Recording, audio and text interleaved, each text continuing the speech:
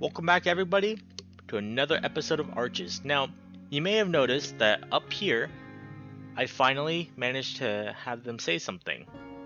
So, these intros, most likely I'm going to re-record them, and they will be inconsistent until the next time we stream Arches, but I hope that'll be okay. But I've kept y'all waiting for long enough, so without further ado, let's begin. Cameron presses up tightly against Devon's side, breathing in the comforting scent of his cologne. Cam's show of confidence has mostly diminished at this point, especially as they're passing the motel. The coyote has to remind himself why it is that he insisted on doing this when Dev had offered a perfectly reasonable, if slightly exhausting alternative. Being exhausted is preferable to PTSD, but Cameron can sense the bear beginning to treat him in a way that he didn't like, talking to him like he was fragile, like the slightest touch could tip him over where he'd shatter on the asphalt. He wants to prove that he can deal with this, which is why he has to smirk at himself right now, because he definitely wouldn't have made it this far if Dev weren't by his side. Right now, the bear has a steely grip on Cameron's paw, making it clear that he isn't letting go. Meanwhile, their free paws hold their phones, checking every now and then for a signal. Anything yet? No, wouldn't we get a signal at the same time anyway? Well, I'd soon I'll get it first. Oh, because mine's not an android? Yup. If only I had the brain of an engineer to figure out how to work that one. They're totally biased towards androids. Android and Apple war. It's the Android and Apple war. I love that so much. Actually, maybe I should turn mine off and let you search for a signal. We should keep some battery life in one of our phones just in case. Oh yeah, good idea. Your battery would probably die before we found service anyway. Cameron turns his phone off while Dev looks on. I wouldn't worry too much about it though. It's not like we're lost in the woods or something. And I let like 3 people know where we're going. We're gonna be fine no matter what, babe. Famous lad's words if I ever heard them. Right up there with "here goes nothing" and "I think I took too much." Pfft, yeah, right. Our last words are gonna be "holy shit, we lived to 100." I'm pretty sure I already screwed my chances all that at that with all the drugs I did, along with eating fudge cakes for lunch whenever I'm at work. Ugh, seriously, Cam? Hey, it's in the vending machine right next to my cubicle. Well, we're changing that as soon as we get back. How are you gonna do that aside from stalking me at work? I'll make your lunch. They're gonna have us start working from home on Monday, remember? Oh, plenty of time. Hell, I'd be surprised if they didn't start making you work from home soon. We'll be like coworkers. Fat chance. They don't give a shit about our health here. We'll see. Either way, you'll be living to 110, so you have plenty of time to think up your famous last words. Cameron has to wonder if their meandering conversation is purposeful on Dev's part, if only to distract him from what's across the road. Either way, the coyote is thankful for it. Well, only if you make it there with me. Oh, these two are so cute. I'm just gonna say. About 15 minutes later, Cameron starts to become a bit more agitated. They're on a dirt road at this point, and every now and then they walk past the crumbling structures of what used to be houses and trailers. You think the cell service stopped working since you read about it? I don't know. They said it's pretty sporadic. Who said this exactly? The paranormal forum peeps. I hope they're trustworthy. They are, or at least they have no reason to lie. I think the paranormal gives people incentive to lie, especially if you're not gifted. Sure, but we're talking about cell phone service, not ghosts. Could also be a scheme by one of those crazy locals to lure their victims into town. You're joking, but I know you're still worried about that, so I'll just point out that it's highly unlikely because we would leave out too much of a paper trail. I'm not that worried, especially now that we made it this far and nothing. Oh shit! What? Damn it! I just had a bar for a split sec. The bear waves his phone around over his head, spinning it in a slow circle. What the hell, Dev? You scared me. Sorry, babe. Anyway, I think it came from this direction. Dev indicates a rather large grouping of trees off the side of the road that forms a bit of a miniature forest. Of course. Why does it have to be the creepiest thing in sight? You want to hang back while I check it out? No? Is that a question? Cameron doesn't respond, instead sliding his paw into one of Dev's offering. and to the one Dev's offering, and they start to make their way through the sagebrush. Oh God, imagine all the ticks we're picking up. Don't worry, babe. I'll comb through all your fur when we get out of here. Want me to carry you? I'm fine. All right. Just don't think about the tarantulas and scorpions. You suck so much ass. Your ass is the only one to eat. Dev grunts in a heavy, bearish way as Cameron wraps his arm around his neck and lifts his feet off the ground, forcing Dev to bridle carry him. Chuckling, Dev carefully makes his way through the rough terrain while the coyote awkwardly keeps his feet lifted so high that they don't brush the sage. That's funny.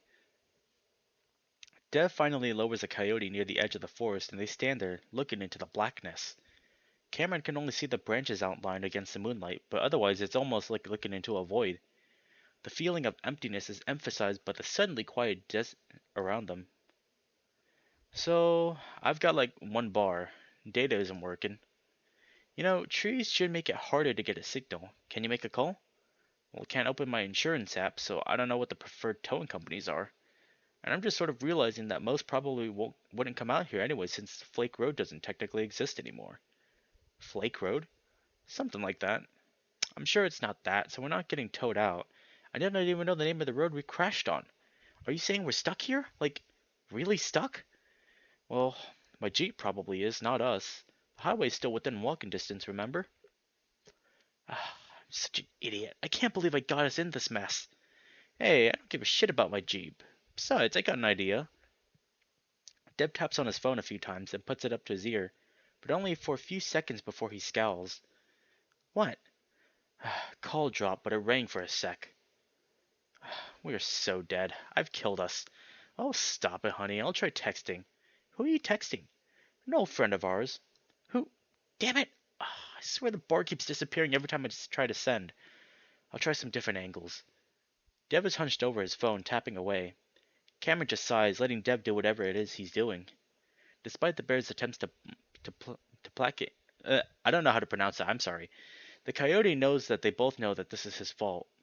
Why don't you just tell me what a stupid idiot piece of shit I am? Cameron doesn't want to admit it, even in his mind, but one thing he liked about Dylan was that he didn't sugarcoat things for the coyote. He'd tell him when he was an idiot, either with words or fists. The coyote turns his attention back to the forest, staring into the dark. Dev doesn't know anything about him and Dylan, and Cameron sure as hell isn't ever going to tell him. Wait, who was Dylan again? Especially that sometimes he was the one to swing first. He always lost, but the few times he'd land always felt worth it. That would be a real treat for you, Dev. Not only is your boyfriend crazy, he's violent too. Does he even know you at all? A chill goes up Cameron's spine. That didn't feel like his own thoughts, even though it came from inside his head.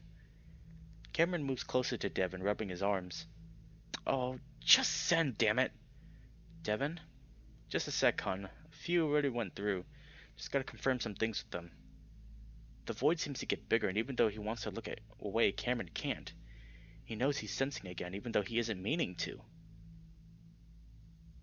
Oh, yep, here we go. I don't know what it was. That's what really bothers me about it. I think I could handle something like a ghost, but not something like that. So it was just me and my wife taking a walk through the old forest like we always did. And then, I don't know, I just got this weird feeling and everything went real quiet. Hey Wheelie, how's it going? Welcome on in, the blep welcomes you. Bark. Then this voice started, a man's voice, but it was kind of eerie, like it wasn't real. Hard to explain, but it was like an electronic thing. A machine. It started yelling at us in this sort of playful way, like it was making fun of us or taunting us.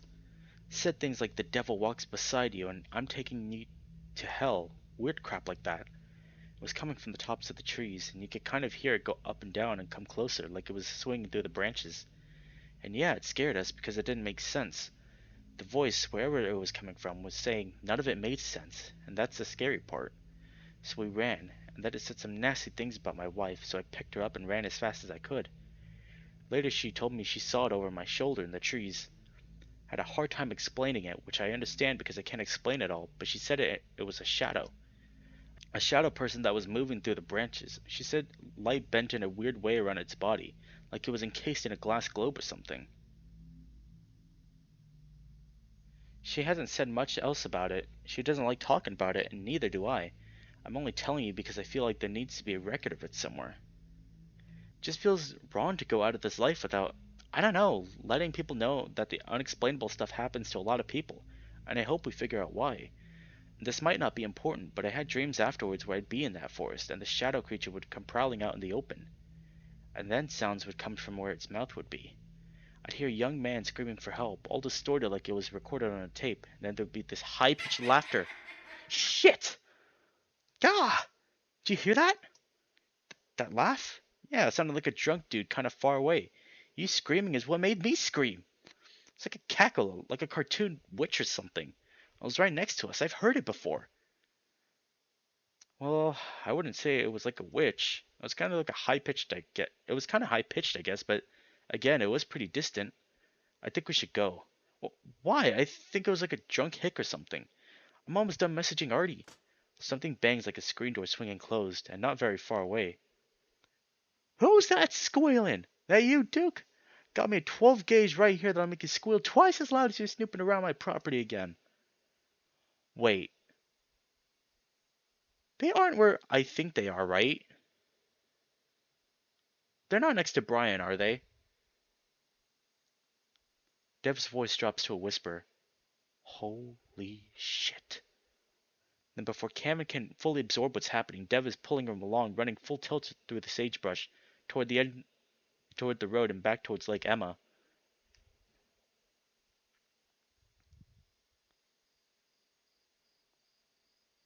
Devon's feet ached from the plethora of rocks he trampled on the tough pads of his undersides feeling almost torn up for the rough terrain. He's thankful, though, if only for the fact that he hadn't run himself and Cameron into a cactus. Dev? Cameron's voice jerks with every running step. We're almost there. Dev huffs and puffs for air, now aware that he's a bit more out of shape than he realized. He hadn't run in earnest for at least a few years. Dev, we're out of the town. The bear slows down now that his stuck jeep is in sight, and he finally lets go of Cameron's paw before doubling over to rest his paws on his knees, wheezing. Ah, fuck. Give me a minute. Jesus, are you okay? Sounds like you're dying.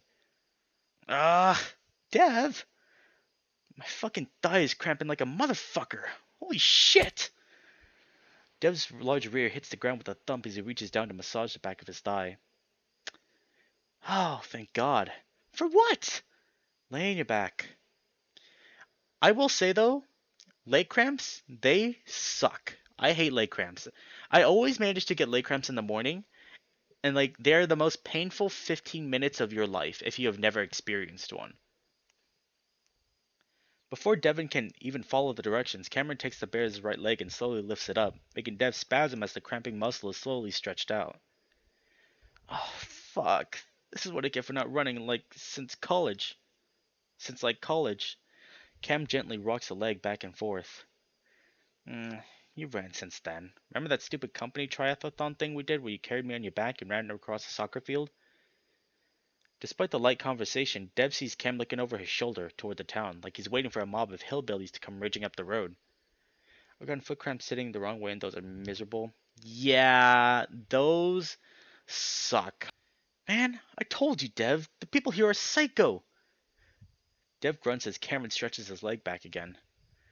I think he wasn't being serious, but yeah, you were right. All the more reason to get the fuck out of here. Dev finally puts his foot back, gingerly getting to his feet while continuing to rub at his thigh. Oh, I've never had a cramp so painful. I guess I'm getting old. Take it easy next time. You were more scared than I was. You said yourself he was just a drunk hick. You forgot the part where he's got a shotgun. Yeah, I'd be more surprised if he didn't have one. You think he's gonna come looking for us? We're not hard to find out here. Yeah, foot cramps and leg cramps, both of them equally suck. It sounded like he thought you were some other hick. I think we're fine. I suppose you can put trailer trash in the same category as hick, so that makes sense. We can keep an eye out for the night. We can keep an eye out for right now, though, just in case. Who did you say you were texting again? Artie from college. He just happened to be up and he's still living in Mesa. He said he'd drive out right away so he could be here in like 3 hours. Huh. Why Artie, though? I don't know. He was at the top of my contacts list, and I know he'd still live in the States, so I gave it a shot. He can give us a ride at least.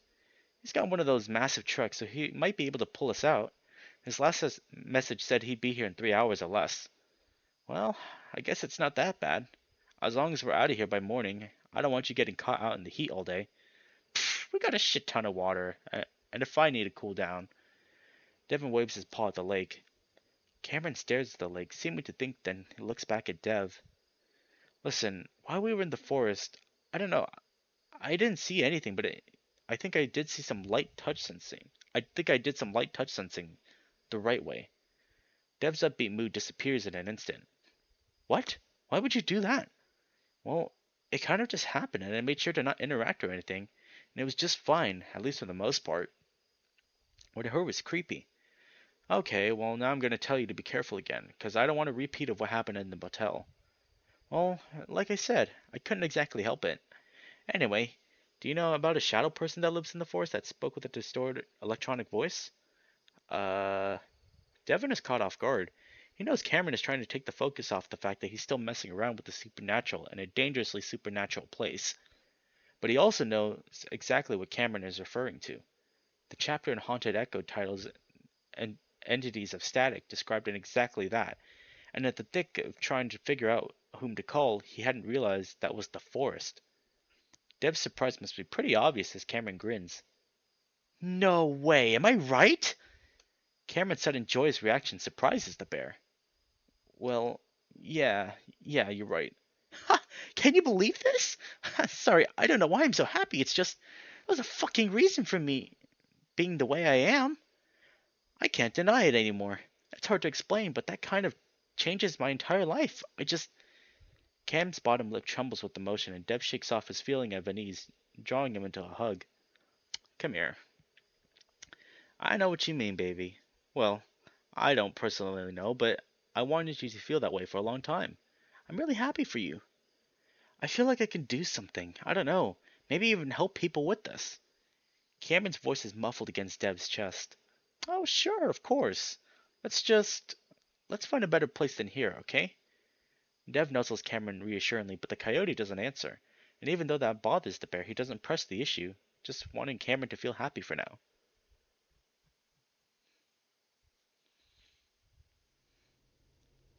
Ooh?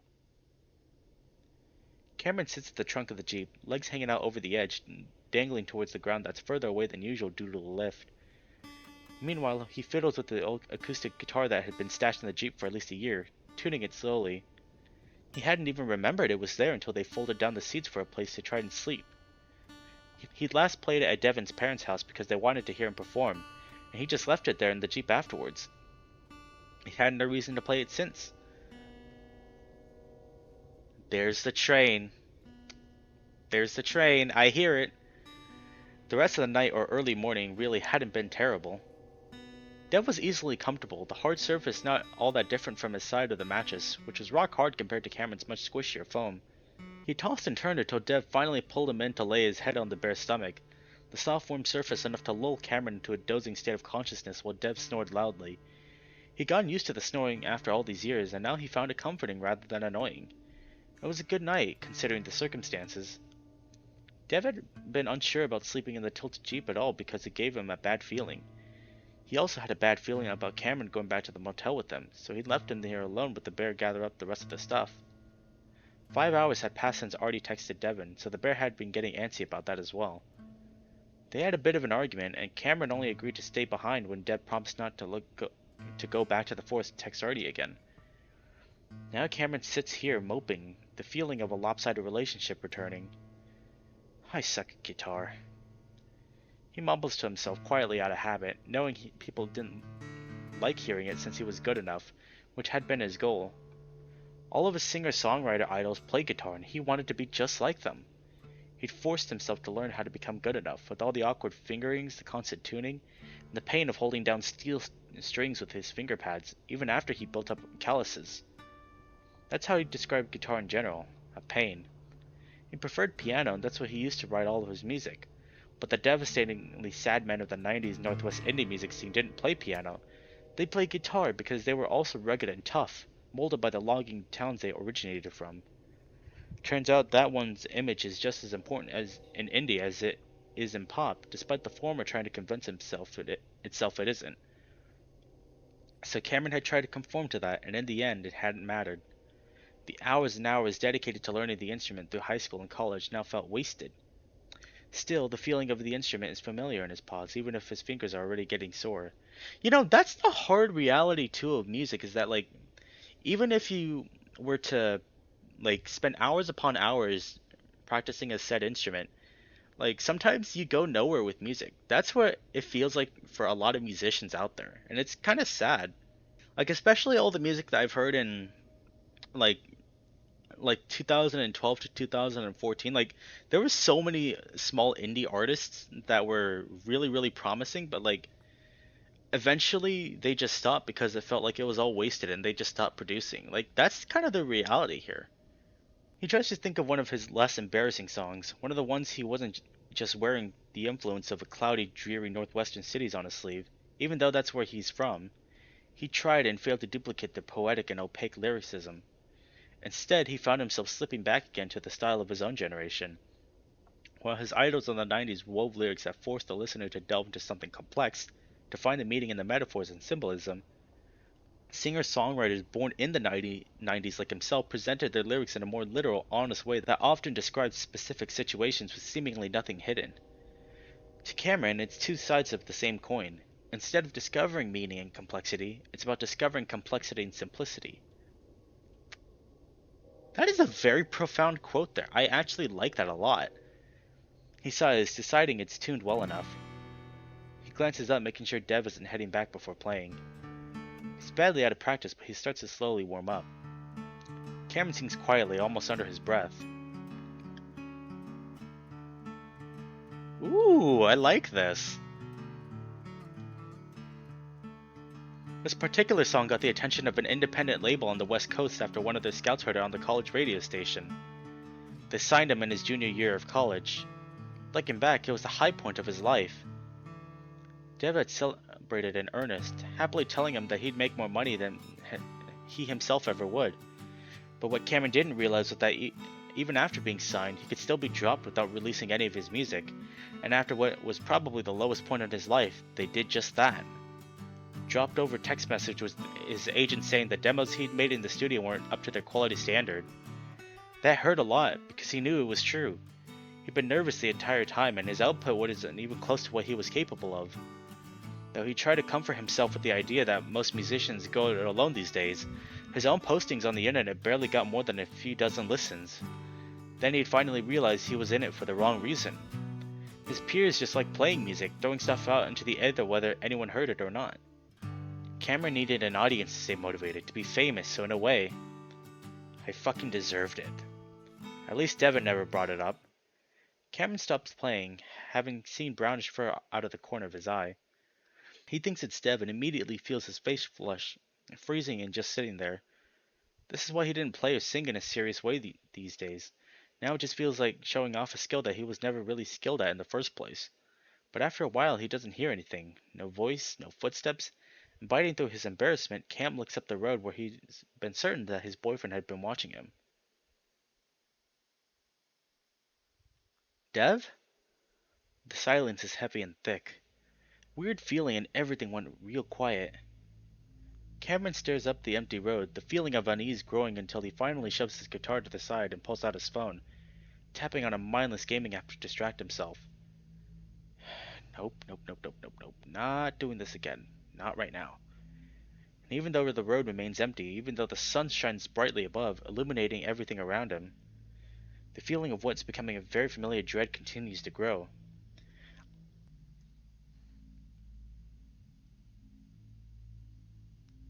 Oh.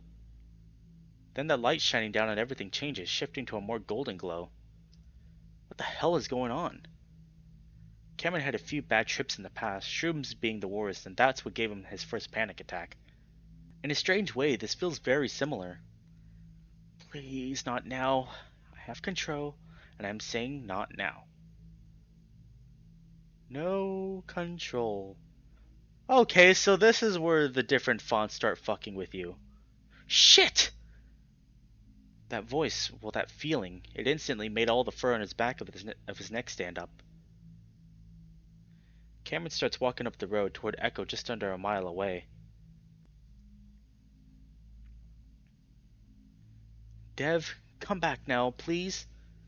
The panic creeps up his neck like he's drowning. Until last night, he hadn't had a panic attack in over 2 years. Now it's like his brain has relearned the spiraling process of gasping for air that's readily available, but still feels out of reach. He fights the urge, counting and trying to remember the pace of Dev's steady breaths. Hadn't he wanted to reject the idea that he needed Dev to face his fears? Doesn't he know how to handle this? How to do it safely? Cameron also knows that running to Dev will only make things worse for his boyfriend. Did he want to stress him out even more? The coyote stops, then he turns around slowly. Just like that, the feelings of panic and terror slowly fade away to be replaced by a feeling of purpose. Something solid. Something resolute in his existence. Something that's already happened. Nothing can be done to change it. A feeling of acceptance. Oh? Cameron's walk slows to a more measured pace, mirroring someone just outside of his view. In another place? No, not in the same exact place, just in a different time. Cameron knows what's happening and he questions about what he's about to do, but with this new feeling of calm assuredness, the coyote decides to let it happen. Dev didn't want him doing this because he had a change of heart, but so has Cameron, and this is his choice to make. So he lets it happen, and he senses this person. A girl, a feline, walking just like him, years and years ago. Whoa. She tries to keep her sobs quiet, walking along the road by the lake. She'd been looking forward for this to 2 months. She saved up money from babysitting jobs to buy her own dress, her own fake jewelry, and her makeup. Her father had found the makeup a week ago and threw it away, telling her only bad things happened to girls who wore makeup. Even then, she still had the dance to look forward to. But now James, her ex from last year, had ruined it.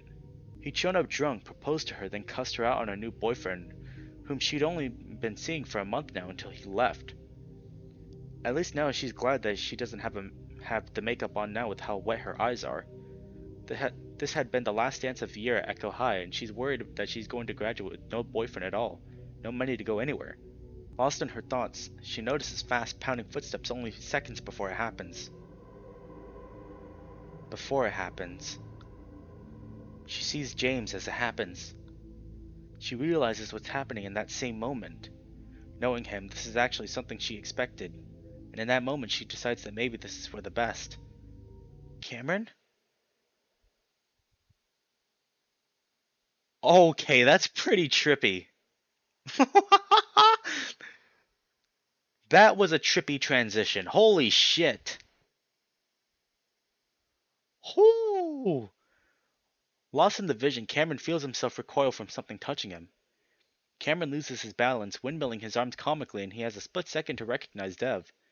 The bear has his paw like he'd been resting it on the coyote's arm. The of shock is mirrored on his boyfriend's face, before he goes over the edge and straight into the lake. Cameron! The coyote expects to go under and stay under, just like the girl from Echo High School. But a jolt goes through his body as his rear lands on a rocky surface just a foot underwater. Cameron cries out loudly. Fuck! Cameron looks up to see Dev getting ready to jump in. I'm fine. At first, Cameron is just embarrassed like he got caught doing something he shouldn't, which he knows is the case in Dev's mind. It's not as deep as it used to be. What? As he climbs out with Dev's help, though, that embarrassment changes to anger. The coyote grunts and snarls quietly as he automatically starts stripping off his clothes, his plaid shirt and jeans sticking to his soggy fur. Dev hovers over him, trying to help but mostly getting in the way. Dev, you have a list of people who died here, right? What? What are you talking about? You just fell into the lake. Stop talking about this shitty town and let me make sure you're... Oh, that's real rich coming from you. I've been saying that to you for the past 5 years, and yet here we are. So no, I won't stop. Give me the list or I'll just look it up myself. Oh, we got an internal struggle on now. Dev glares, making himself look big, but Cameron doesn't budge even though in that moment he realizes his phone got wet, and he can only hope that it's going to work after this. After a few seconds, the bear deflates. Please, I just want to be out of here. I'll do whatever you want afterwards. Let's just go home first. That cools Cameron's outrage for the time being. Never have seen Dev look so defeated. We will go home, and I'm sorry for being like this, but you have to understand that this is changing everything for me, and I just need this for a little bit, okay? Okay, but I'm not leaving your side until we're out of this town, okay? Didn't I just tell you this was a bad idea at the very start? Cameron tries to lighten the mood a bit, not liking the conflicts they're having on this little trip. They hardly had any before coming here. Now they have such different ideas of what they should be doing, like they're in a tug-of-war. Dev takes out his phone, bringing up the document he'd been using to map out the supernatural happenings and the history of Echo. So, it was a girl? Teenager? Bobcat from the 50s, I think? A student from Echo High School. Dev raises his brows, scrolling slowly on his phone, then he looks back up. Yeah, June 1954. An 18-year-old Bobcat drowns in the lake looks like, and what is thought to be suicide. So the fucker got away with it? Who? How does your tail feel, by the way? Oh. Dev is running his paw along his tail, feeling out the vertebrae. Cameron finds the bear's disinterest in all of this more and more irritating, especially now that he's found what looks like feels like his purpose. He can help somehow. Dev hits a bruised spot on his tail and the coyote winces before shoving his paw away. Ow! Not now! Dev, listen, her ex-boyfriend killed her. I saw him run up and push her into the lake. Did you have to experience that? Do you feel okay? Dev, I'm not important here. This is about someone who got murdered and some piece of shit got away with it. First of all, don't call yourself unimportant. You're still alive, and you need to keep it that way by not falling to the lakes because of these awful visions. I need to tell her family, or at least someone, so people know the truth. Devin frowns deeply at the coyote. Listen, babe. I know you can see things that I can't and all, but I gotta be honest and say that no one's gonna care. They're dead, and the girl, and most likely her ex too.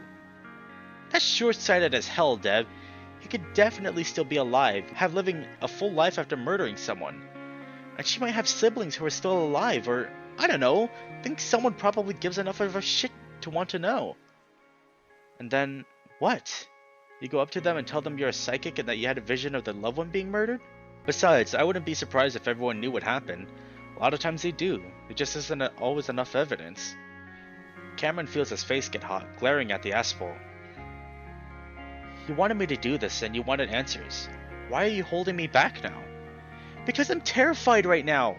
Of this town, of the ghosts, of you getting hurt somehow because with the rate things are going, that's what's probably gonna happen. I want to know where Lupita is, but she died because I made stupid mistakes. I can't have the same thing happen to you. Cameron's face gets hot again and realizes Dev is about to cry, and his resolve wavers. He starts to step forward to hold Dev like the bear he had held the coyote so many times, but then the two of them look up to see a rather small sedan pulling up to the road, a figure inside waving enthusiastically through the windshield. What the hell? Where's this truck?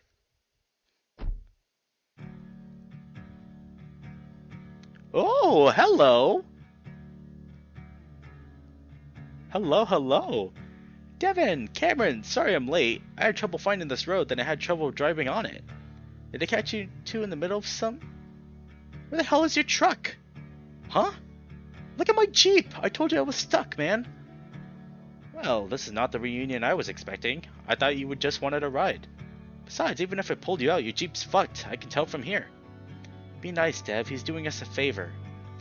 Hey, Cam. Hey, Artie. I fell in the lake, so that's why I'm half naked right now. Haha, that's hilarious. Did you push him in, Devin? Already makes me feel like I'm back in college. Oh my god. Hey, are you guys ghost hunting? Can I join in before we head out? Nope. Why not? Because we're done. Dev, we can probably walk around a little bit before we go. He went on a really long drive. What? Devin sounds incredulous and Cameron can understand why, but despite what the bear said moments ago, he still wanted to explore further. Cameron knows that once he leaves, he'll probably never come back to this place again. Damn, Div, did the two of you switch places or something? Anyway, I agree with Cam. I gotta stretch my legs out a bit. Devin looks at Cameron, apparently at a loss for words. Cameron can't meet his gaze, so he looks down the road, toward Echo, toward the place that he's positive has more answers to all his questions. He needs this. Devin sighs as he watches Artie squat down behind his Jeep, examining the wheels balanced above the cracked and dusty asphalt. Shit, how did you manage this? Looks like you literally drove straight off the road. Devin sighs deeply as he stands next to Cameron, practically fantasizing about getting into the beat-up sedan and escaping this hellish town. They're so close to getting out of here, and the bear just wishes he could pick them both up and toss them in the car. Sure, he could technically do that if he wanted to, but that obviously isn't a reality. He just knows that to go against Cameron's wishes right now would be so devastating to the coyote and their relationship. All he can do is ride this out and hope they'll be on their way within the hour.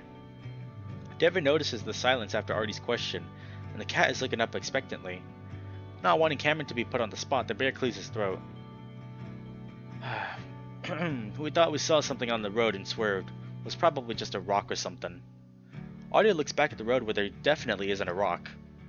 Dev sees Cameron rub an arm self-consciously out of the corner of his eye. It was in the middle of the night, so shadows and shit. Huh. Hard to imagine you overreacting like that, Dev. Glad you guys are okay, though. Must have been rough looking at how deep the tires went. It was. Hey, how long do you need to recharge for the drive? I can take the wheel if you're too worn out. Ha! Right after you crashed your own car? I was in the middle of the night! Hey, I'm just playing, dude. Chill. Artie raises a brow at the bear, glancing at Cameron.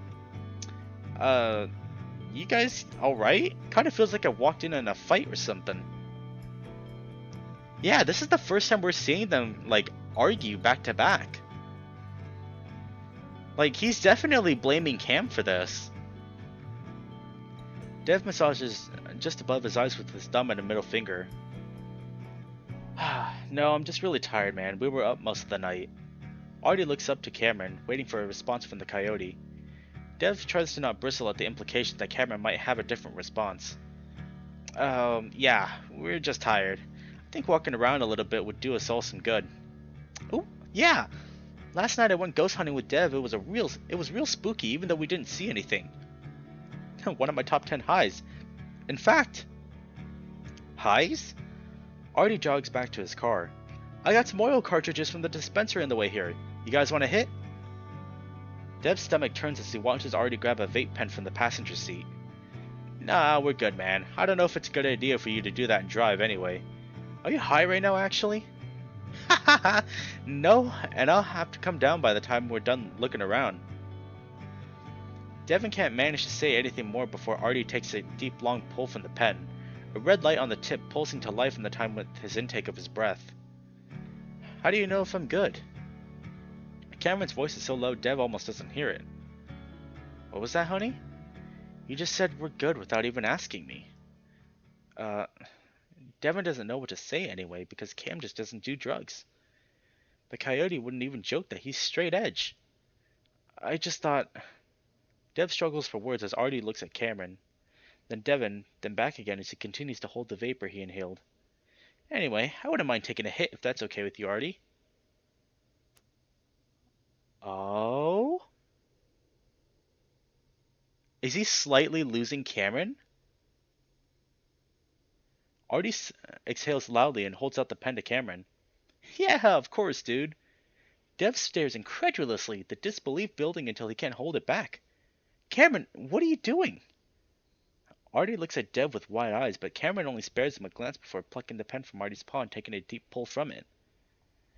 Dev stares at the pulsing red light at Cameron's face, whose eyes are closed. Dev can't tell what Cameron's thinking right now, but whatever it is, Devin knows this isn't the behavior of the coyote he's gotten to know over the years. It's juvenile, and Cameron is usually more mature than the bear when it comes to stuff like this. Okay, I'll just play along like everything's fine between you two. Either way, maybe we should just go. Dev feels his chest loosen a bit with the relief at hearing those words, hearing some sense from someone other than himself, but Cameron frowns upon and opens his mouth.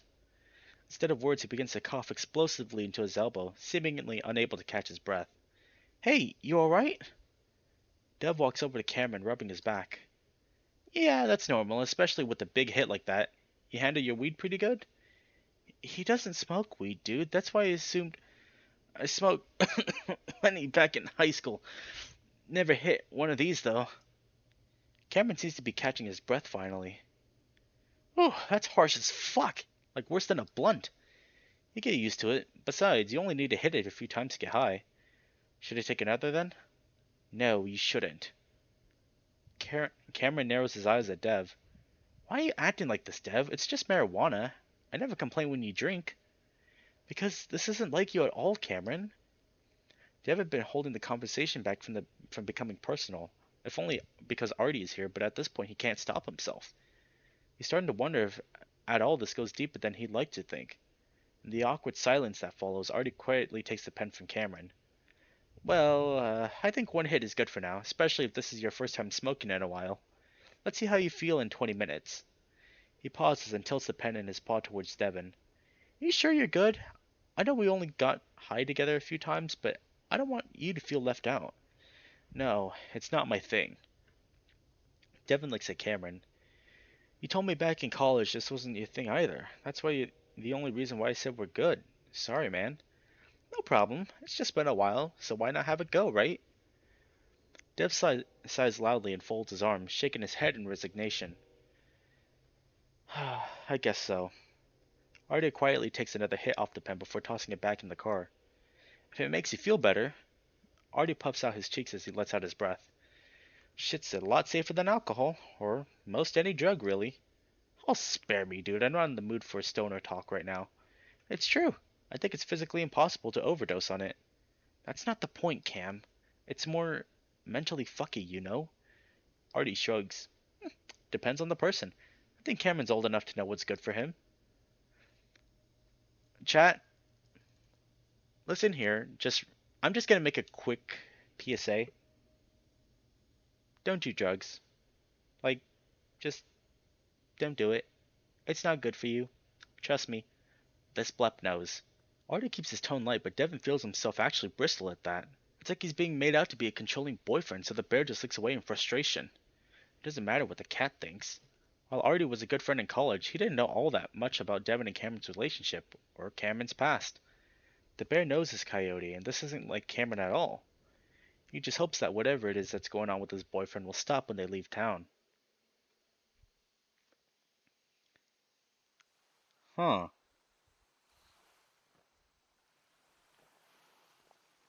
Cameron stares across the lake, noticing how light blue of the water almost perfectly reflects the blue of the sky.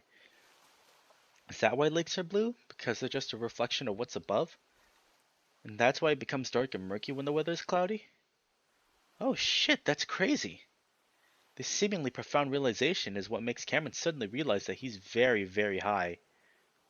At first, Cameron finds it funny and he laughs out loud, only to stumble over nothing as his limbs will suddenly feel intensely heavy. Whoa. What was that funny? What was funny suddenly becomes somewhat alarming, and the coyote's giggling dies away almost instantly. Yep, he's high. Cameron quickly walks back to the road where Dev and Artie are, trying to not look like his legs are both 50 pounds heavier. It doesn't help that his jeans are still a bit damp. The feeling of soggy denim on his fur incredibly unpleasant. Just a minute ago he walked to the shore to put his clothes back on, and everything had been fine. Now he's in a different world. He leans back against the car, folding his arms, trying to ignore the intensifying gravity. Fuck. He's never been this high before. His 16-year-old self would be able to handle this no problem, but the shroom trip he'd been through sometime during junior year had ruined most reality-distorting drugs for him. Even when he smoked the cheap weak bud his friends provided through high school, he would still come close to freaking out. But he always had an oxy back in those days to calm himself down, or at least whatever benzo he managed to steal from his mom's medicine cabinet. Now there's nothing between him and feeling like time and reality and completely fucked. Permanently fucked? Like how shrooms permanently fucked his sense of self? Can we do that? Stop, you stupid fucking idiot. Stop psyching yourself out and man the fuck up. Dev had been right, of course. What the fuck was he thinking? Well, he knows what it is he'd been thinking. While he made a fuss about Dev answering for him, in reality it had been a spur-of-the-moment decision. Because when Artie offered the pen, he remembered that seeing things had always become easier when he was high. It wasn't really a positive part of being high, but if he was going to be doing the psychic shit, maybe he should experiment more with it. He feels very differently about it now. Weed seemed like a good, harmless way to test his experiment 10 minutes ago, but now Cameron is questioning if weed even triggered supernatural stuff for him in the first place. He was always on the other stuff whenever he smoked weed, after all. Opioids, stimulants, oh, Jesus Christ! Definitely hallucinogens like shrooms did the trick, but for obvious reasons he's never going to try those things again. He just needs to relax and be aware if something happens. Oh yeah, he's blazed. Cameron opens his eyes, looking towards Artie in confusion. Huh? Babe, you alright? The coyote looks up at the bear, still confused. What's wrong?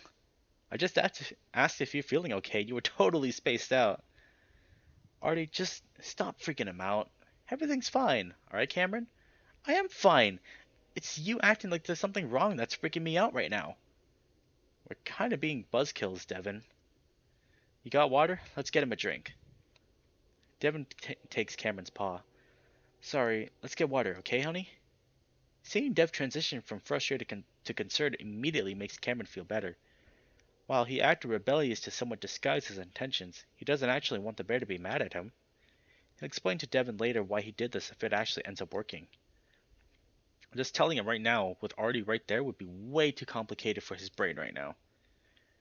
Drugs hold a lot of baggage for him, like they would for any former addict, and Cameron doesn't doubt that Dev is not pleased in the slightest with what he's doing right now.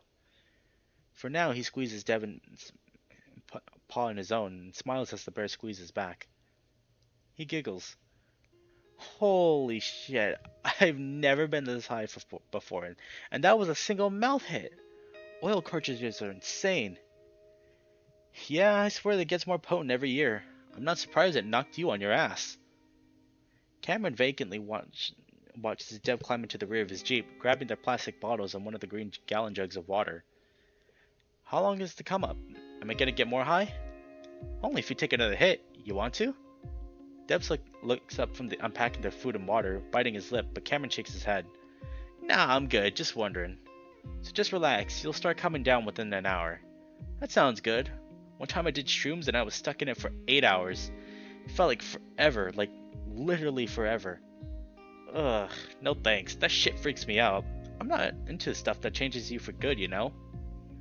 Yeah, it definitely changed me. Not in a good way. I mean, some people change for the better, but others just kind of end up mentally fucked, and that was me. No shit, what'd it do? Just the idea is that a few nasty tasting mushrooms can change your entire universe makes everything feel fake, I guess? Like, everything that makes us who we are, our brain signals or whatever, can be so easily manipulated.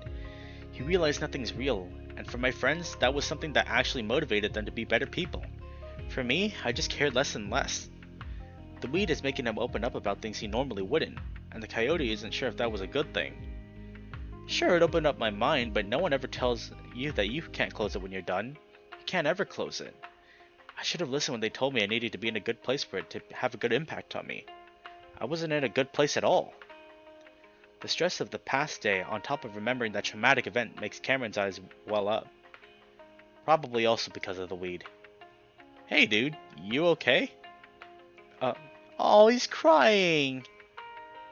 Tears spill over and now he's truly crying. Despite knowing it must look ridiculous, it feels meaningful and poignant. A good cry. It doesn't make it any less embarrassing. Devin, with the expression both worried and exasperated, pauses and is rummaging for water and food to rub Cameron's arm and kiss him on the side of his head. I'm sorry, I thought this would help me see ghosts. I didn't even know why I did this. I wasn't mad at you at all. Devin studies Cameron closely for a moment, and Cameron's blood runs cold at the thought of that. For whatever reason, what he just said is fucked up enough to make Devin question why he's with the crazy canine in the first place. But Dev quickly goes on as if Cameron doesn't say anything. Sit down and have some water, honey. He holds up a green plastic bottle filled with water and Cameron drinks from it loudly. And food. Devin pushes a bag of jerky along with a box of cheese crackers towards Cameron. Also, I just want to say really quickly, the music in this game is so good. I think this time they actually had someone compose the music for this game, and it's so good. I love this. Devin pushes a bag of jerky along with a box of cheese crackers towards Cameron. Why is Devin always so nice when he's such a dick? Thanks, Devin. I'm sorry I'm such a piece of shit. What? Honey, where did that come from? I know that's something you wouldn't say, but I'd rather you tell me when I'm being awful. I don't want to go back to the way I was. It's quiet for a moment. Wow. This got you that fucked up, huh? That's all you gotta say, Artie? Dev doesn't sound angry at Artie anymore, much to Cameron's relief. Just very tired. Still, this is all pretty standard stuff, especially when you got low tolerance. And I'm not trying to be a dick when I say that I'm actually a little jealous. Correct me if I'm wrong, Cam, but it looks cathartic as hell. You're not being a dick, it's just not a smart thing to say right now, Arturo. Art's right. I feel really in touch with my feelings right now, and Cameron's absent-mindedly shoves a cracker into his muzzle and stops. The salty, savory flavor is so satisfying he has to use all of his focus to appreciate it. Oh, fuck, that's good! Arturo laughs. Cameron shoves a strip of jerky that's lightly seasoned with hot sauce in his mouth, combining the flavors, and he moans again. Devin sighs in a defeated, but accepting sort of way. That made Cam feel even better. Even though he did something stupid, Devin seems to understand. Hey, let me in on some of that. Alright, but eat slow. This food is for survival, not for your munchies. We'll be out of here by noon, Dev. Relax. Devin sighs as he leans up against the tailgate, covering his face with his paws, then grunts his annoyance as he has to move to let Artie by. Ah, trust me, I'm trying.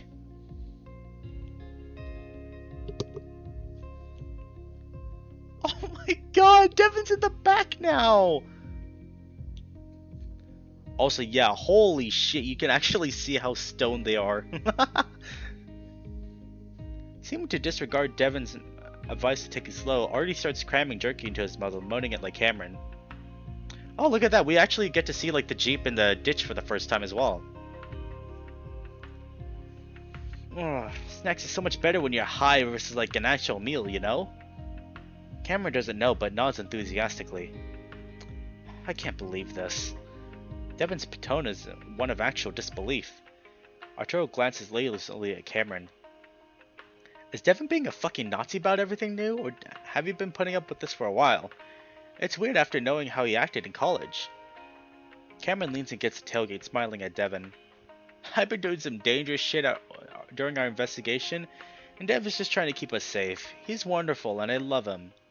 Devin looks at him and just gives him a small smile without saying anything. Oh, you gonna let me in on what's going on between you two?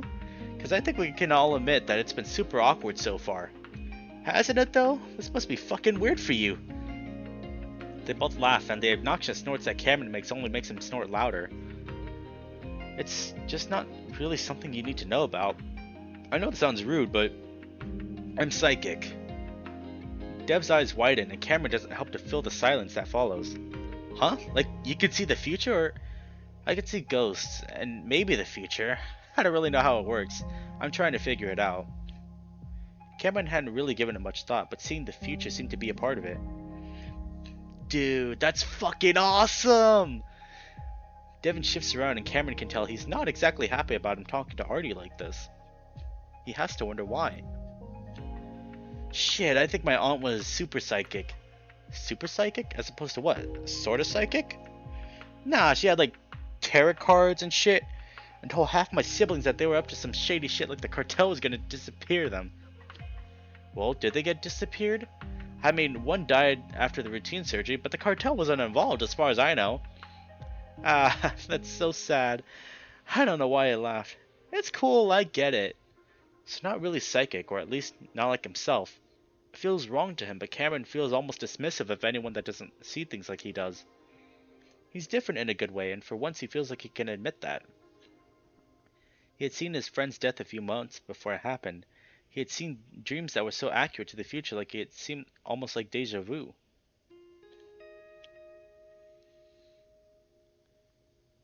I want to go for a walk. Everything looks really neat right now. Dope. Let's go see some ghosts. Devin sighs heavily again, but helps Cameron down from the trunk, the coyote leaning against him as they start walking.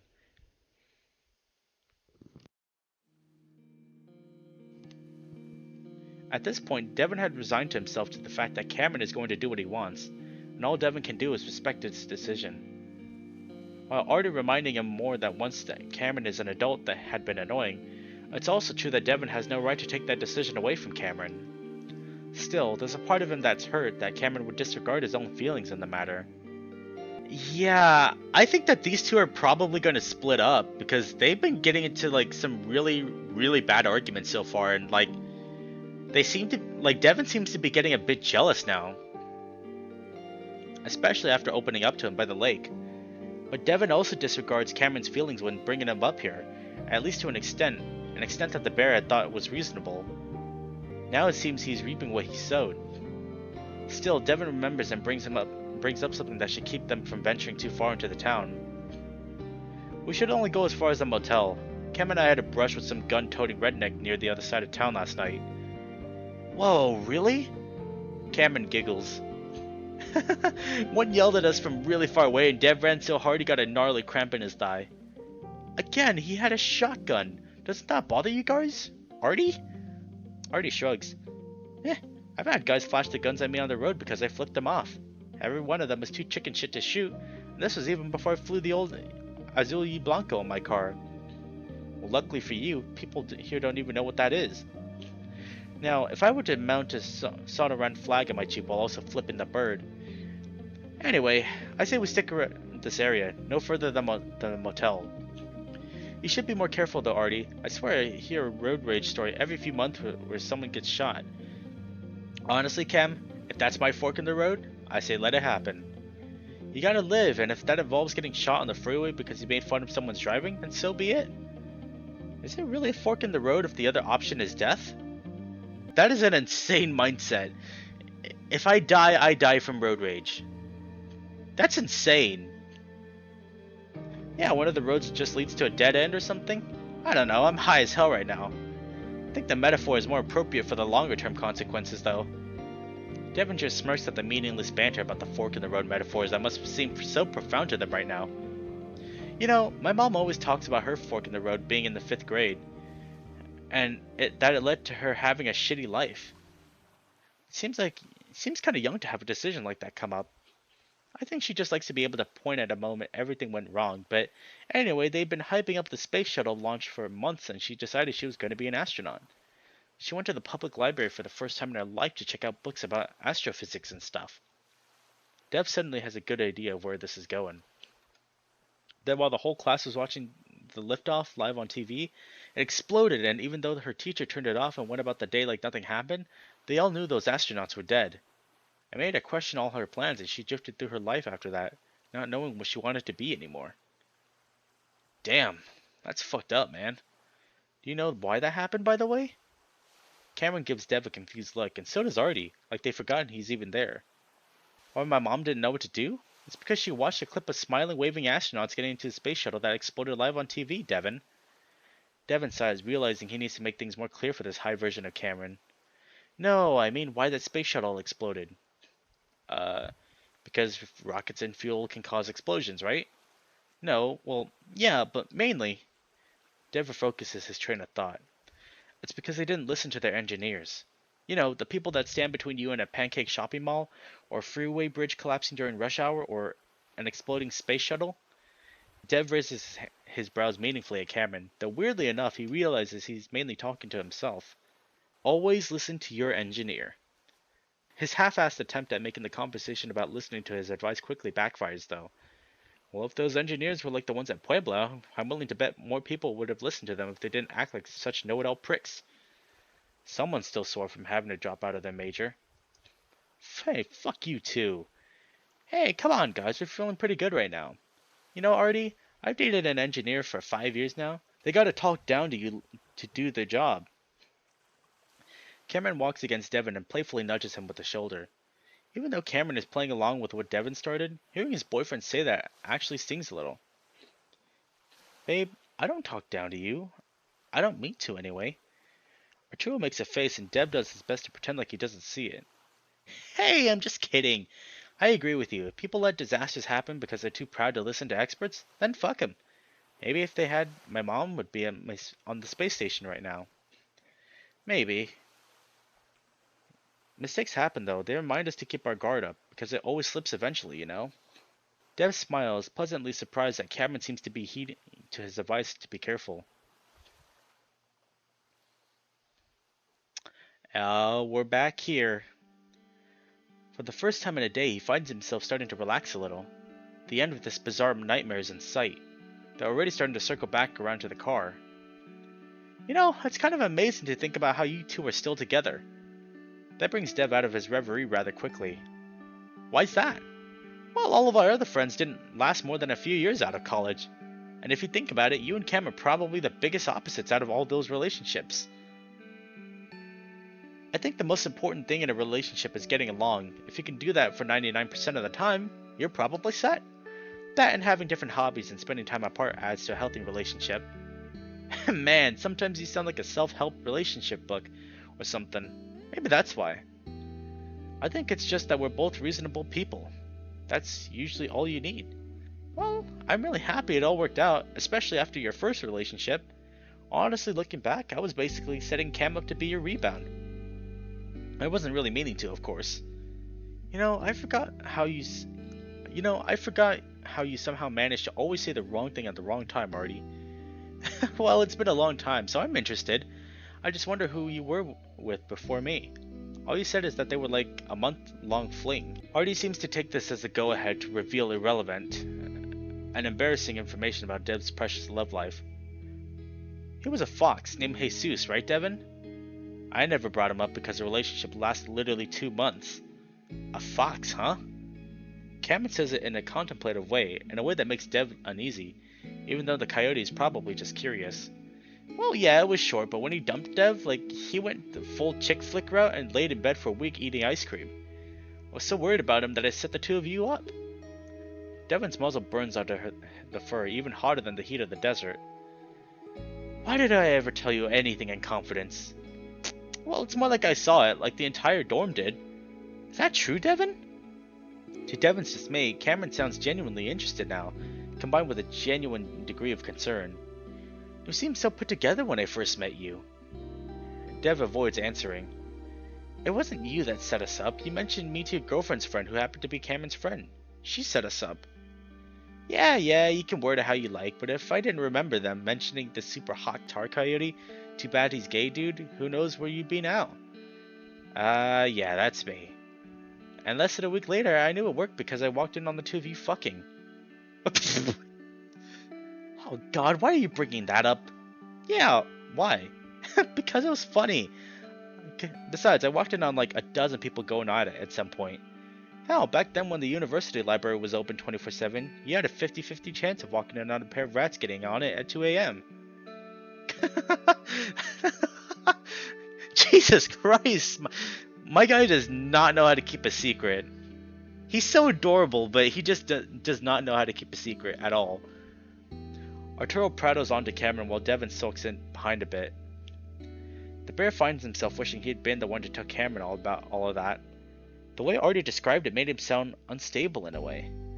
The fox had been cute, but Devin never really got to know him before Jesus abruptly broke it off.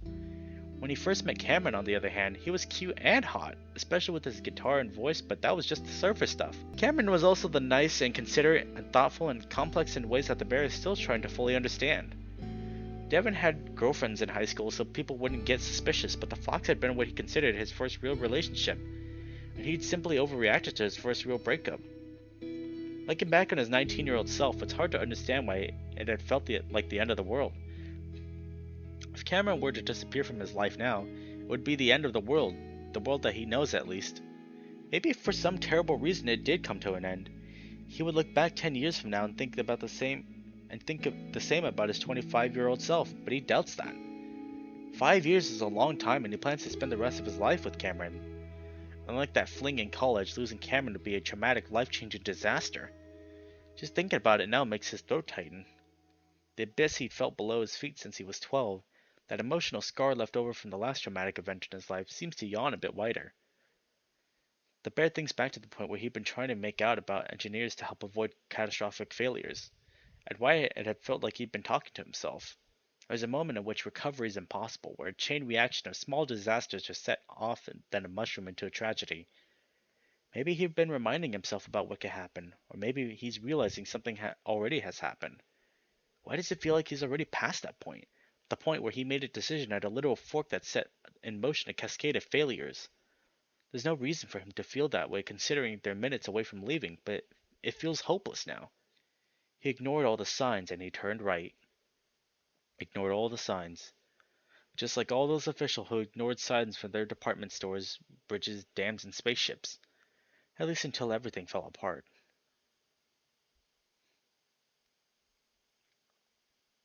I think that this will be as far as we go for the night, and we will pause and make a save right here.